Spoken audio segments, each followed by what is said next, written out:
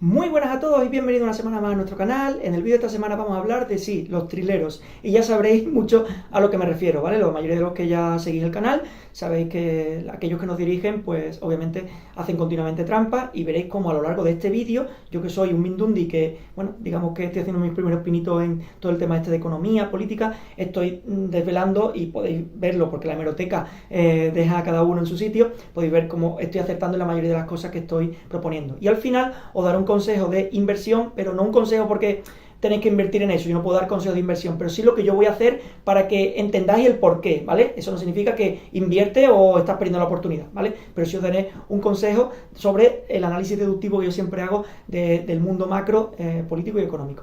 Pues bien, todo parte de la pandemia, ¿no? Cuando de pronto a mí me cambió todo cuando yo estaba en mi casa y un día me dicen, pues ya no puedes ir a trabajar, te cierro y ¿qué es lo que te dieron? Una ayuda de autónomo del 70% creo de lo que tú cotizabas y con eso tenías que pagar alquiler, luz, agua, todos los suministros, impuestos. Bueno, se permitieron, digamos, aplazar, pero claro, obviamente se permitieron aplazar porque si no los aplaza la gente no está trabajando y no te los podría pagar y habría un montón de problemas, ¿no? Entonces todas las cosas que hicieron fueron porque sabían que si no iba a haber un problema, ¿vale? Entonces nos encerraron, nos dieron una ayuda que fue una mierda y de hecho esa ayuda que fue una mierda, si tú la analizas después solamente con la subida de luz que ha habido en todos los negocios, pues ya te la quitaron, ¿vale? Es decir, lo que dieron por un lado te la han quitado por otro y solo mirando eso, no voy a meterme en la comida y tal, porque ahora vamos a hablar un poquito de todos ellos.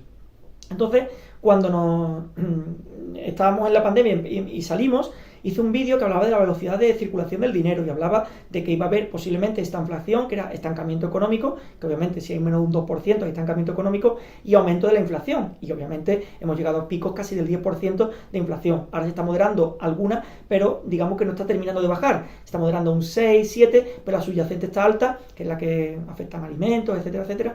Y estamos en un problema gordo, ¿no? Porque si te das cuenta, hablas con cualquier persona y dices, pues a mí un cartón de huevo me costaba 99 céntimos y ahora me cuesta 3 euros. Unos tomates 1 euro y ahora un kilo de tomate y ahora me cuesta 3 euros, ¿vale?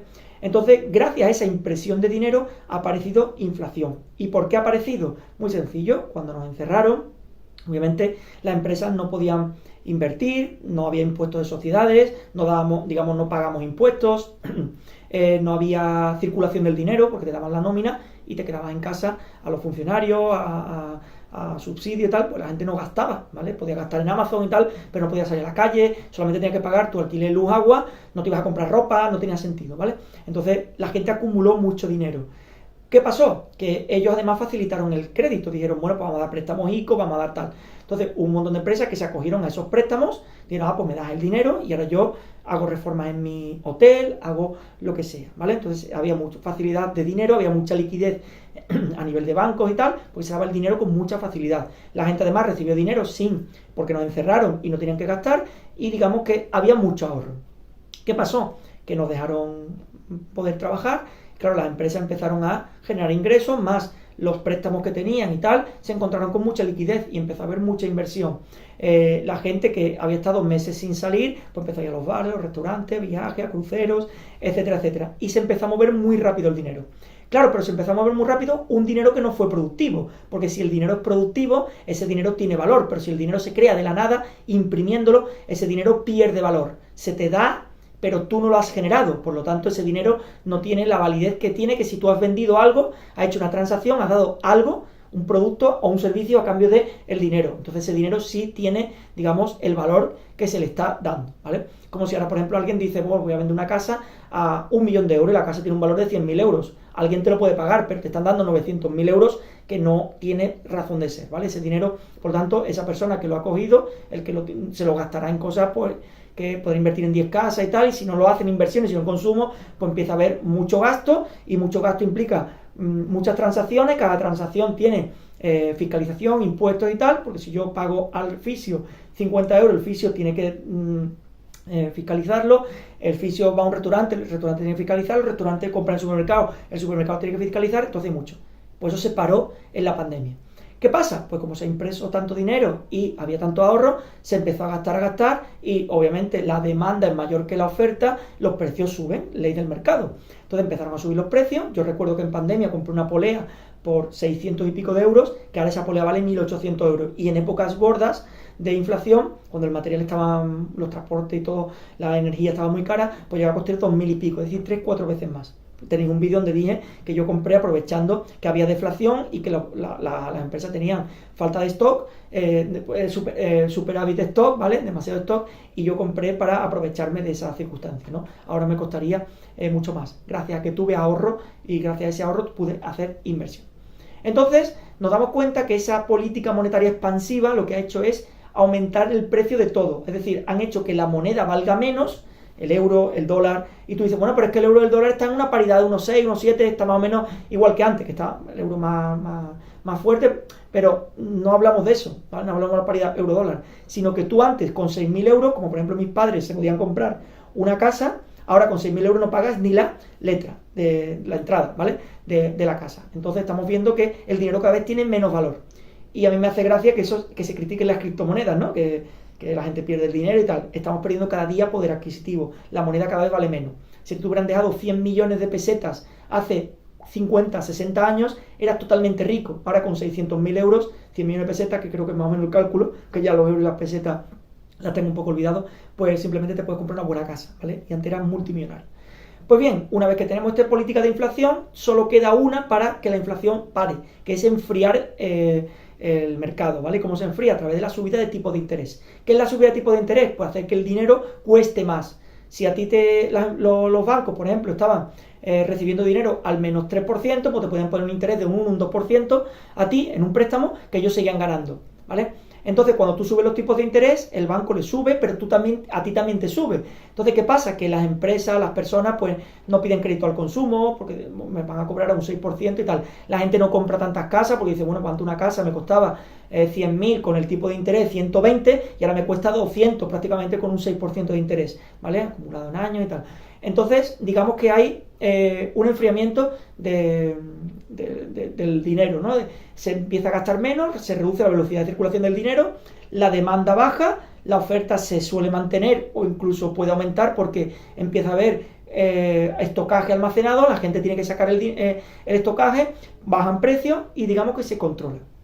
Pero ¿qué pasa? Que hay un problema, lo han subido muy rápido y gente que el año pasado estaban pagando una hipoteca a lo mejor de 500, 600 euros, ahora se van a encontrar con hipotecas de 900 euros, o 800, 900 euros, es decir, les van a subir un 50% su hipoteca. Entonces ya partimos de la inflación me ha subido, la alimentación un 50, 70, 100%, que yo antes gastaba 200 euros para comer, ahora gasto 350, y la hipoteca me ha subido de 500 a 800. Es decir, hay deflación social, la gente su dinero cada vez vale menos. Encima los salarios no pueden subir, porque si los salarios suben, entramos en una espiral precio-salario. Suben los salarios, el empresario tiene que trasladar esos costes, obviamente, al mercado. Sube los precios, como sube los precios, la gente tiene más salario, los puede comprar. Entonces, como suben los precios, el asalariado dice, bueno, vuelve a subirme el precio, el salario, porque los precios acaban de subir. Entonces entra la espiral de ese precio-salario, que es ya lo peor que puede ocurrir, que todavía no hemos llegado, pero a base de que la gente esté empobreciéndose. ¿Qué ha pasado? Que han subido los tipos de interés a tasas del 4 o 5%, incluso en Estados Unidos, muy rápido. Ha sido la mayor subida que se recuerda, ¿vale? No sé si hubo una de Volcker en los años, que hubo una inflación en los años 70, por ahí, que subió rápidamente a un 15%, tal, pero esta es de las subidas más grandes, además en un mercado tan globalizado y tan complicado, ¿vale? No era lo mismo que antes. Entonces, ¿qué ha ocurrido? Pues que parece que los bancos van a ganar más dinero de esta manera, pero los bancos tienen un problema, que ellos cogen dinero y tienen que pagar a corto plazo y se invierten a largo plazo. Entonces ellos pagan los vencimientos de sus bonos, de ese dinero que les dan a corto plazo según el tipo de interés, pero están invertidos para obtener beneficio a largo plazo. Como les dijeron que los tipos de interés se van a mantener negativos mucho tiempo, décadas, porque la tecnología es deflacionaria, tú antes te tenías que comprar un Walkman, una televisión, un teléfono y una tele, y ahora lo tienes en un móvil, eso hace que, digamos, haya deflación. Pues les decían, bueno, mira, como la tecnología sigue avanzando, pues esto se va a mantener así. ¿Qué ha pasado? Que han vencido ciertos bonos, tienen que pagar el interés que están teniendo que pagar y no tienen la liquidez, porque el banco solo tiene la obligación de tener 1% de liquidez. Como tienen un 1% de liquidez, tienen que empezar a vender activos o poner cómo van los activos. Como no les da ya para eso y sus inversiones las tienen a 20, 30, 40 años, un 2%, pongo un ejemplo, pues no tienen. Entonces, ¿qué pasa? que se están encontrando con que bancos como el Silicon Valley Bank de Estados Unidos, que es como el 15º, 16º banco más fuerte de Estados Unidos, ha quebrado. El Credit Suisse, una entidad de más de 150 años, le ha absorbido otro banco importante suizo. Bueno, estamos encontrando con ese problema que la subida de tipos de interés no solo ha afectado a las familias, sino también está afectando a los bancos. Si se hubiera hecho de una manera más prolongada o si se hubiera hecho la expansión monetaria más prolongada. Entonces me diréis, bueno, pero ¿quién lo iba a saber? Esto es muy difícil. Es que son banqueros centrales, que son políticos. Entonces, ¿qué ocurre? Que se está intentando paliar la inflación con subida de tipos de interés, pero hay un problema, que los gobiernos están endeudando, están gastando más de lo que tienen, y como gastan más de lo que tienen, están en contra de la inflación, es decir, están metiendo más fuego a la gasolina. Si ellos están subiendo los tipos de interés, asfixian a la familia, y los gobiernos siguen endeudándose, gastando más de lo que reciben de los impuestos, pues una cosa por otra, por eso no está bajando la inflación. Entonces la única manera de que bajara la inflación sería reduciendo el gasto, ajustándolo a lo que tenemos, o ampliando impuestos. Pero claro, si amplían impuestos más, además en años de elecciones, cosa que dudo, por ejemplo en España, pues la tenemos clara, ¿no? Y además la gente ya, hay una presión fiscal muy alta y la gente se le podría echar la cara. ¿Y qué ocurre? Que están quebrando bancos. Bueno, ¿y qué problema tiene eso? Bueno, el problema tiene que los bancos no se pueden dejar caer porque hay un riesgo sistémico de caídas de otros y entonces llegaría un problema enorme. ¿Y qué solución se adopta? Pues hay que rescatar a los bancos. ¿Y cómo se rescatan los bancos? Pues con tu dinero, con el mío, con el del otro y con el aquel. Es decir, socializando pérdidas. Y esto es muy perverso porque hace que los bancos digan, bueno, pues yo me puedo arriesgar más porque si llega un momento, como soy un banco y si quiebro puedo generar un problema sistémico en el sector financiero, voy a arriesgarme porque me van a ayudar siempre. Entonces, como el Banco Central Europeo es muy listo, dice, pues para que eso no ocurra vamos a hacer lo siguiente. A partir del 23 de octubre habrá una reunión porque vamos a meter la moneda digital, el euro digital, para que los bancos centrales tengan el control y que los bancos independientemente no puedan hacer las locuras que han hecho. Entonces con eso ya lo tenemos solucionado. Entonces fijaros, ya nos han metido la primera con la inflación, por eso hablo de trilero, la segunda con la subida de tipos de interés, la tercera con la socialización de pérdidas y la cuarta que nos van a meter van a ser con las monedas digitales. ¿Por qué? Porque ya van a ir eliminando el efectivo y todas tus transacciones quedarán registradas. Entonces te dicen, bueno, pero si tú eres un ciudadano honrado no tienes por qué temer. Si estás haciendo fraude, está bien porque te vamos a detectar, pero si eres un ciudadano honrado no tienes por qué tener problemas.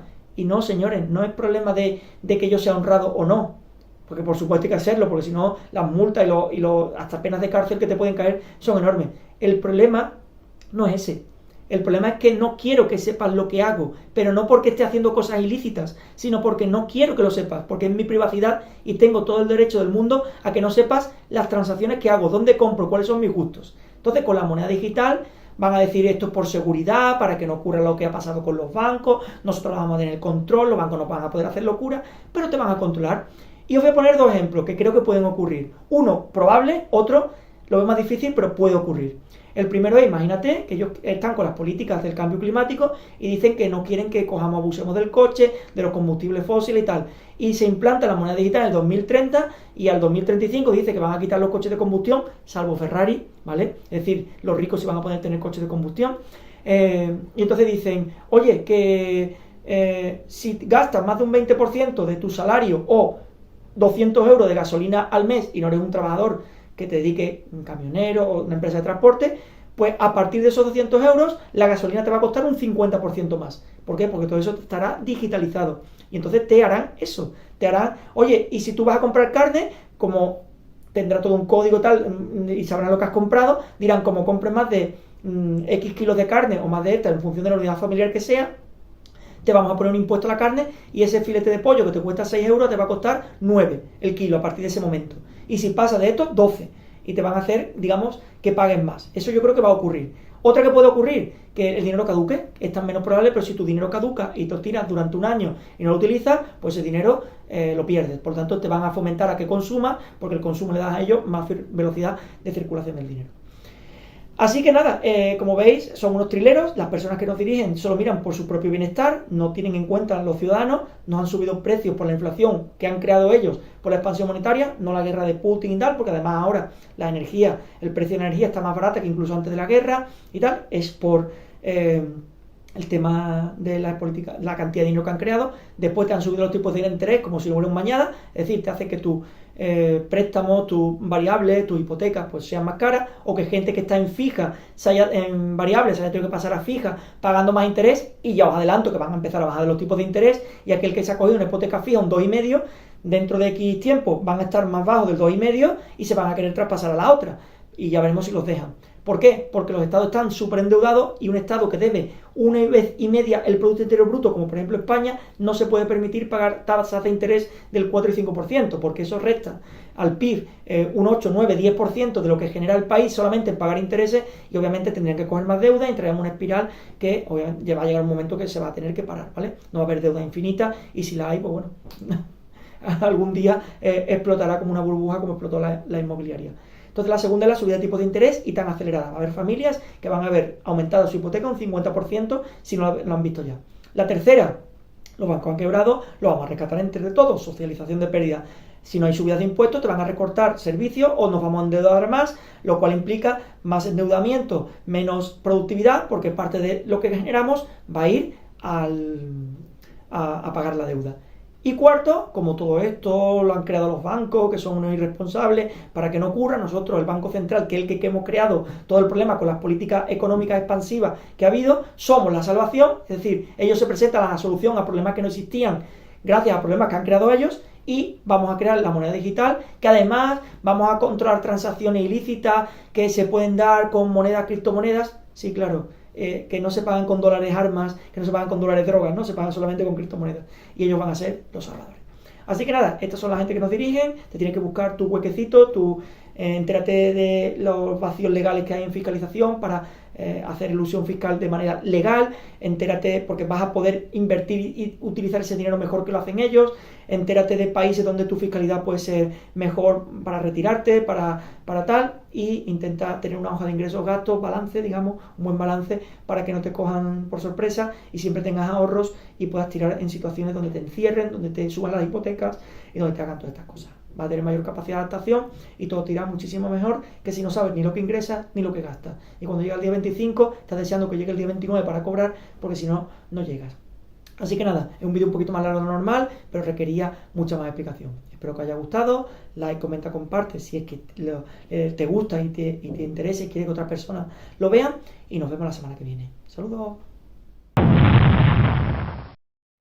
Si habéis visto el vídeo, entenderéis que el objetivo final es, con las monedas digitales, el euro digital, controlarnos, ¿vale? Entonces vais la gente a sitios donde no te puedan controlar. El efectivo lo van a ir capando, de hecho ya lo están capando, pero hay una cosa que es las cadenas de blockchain a través de criptomonedas, como por ejemplo Bitcoin, donde no van a poder controlar, ¿vale? Porque no deja rastro, porque la wallet, por ejemplo, la wallet fría no te identifica, etcétera, etcétera, salvo que obviamente hagas transacciones desde un banco tradicional y tal. Entonces, ya os digo que mucha gente va a ir allí para protegerse y mantener su privacidad, incluso sus transacciones, porque no tienen por qué saber lo que van a hacer. Imagínate que alguien tiene un amante que es legal, no es ilegal, es amoral, pero no es legal, tiene una esposa y le quiere comprar regalos, obviamente con la moneda digital, o cena con ella, ¿no? No va a poder hacerlo. Entonces hay gente que querrá mantener su privacidad sin hacer nada ilegal.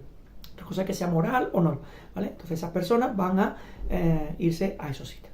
Y como este ejemplo, pues muchos más, ¿no? Gente que no quiera saber lo que tú estás haciendo simplemente, aunque sean cosas morales, ilegales, etcétera, etcétera.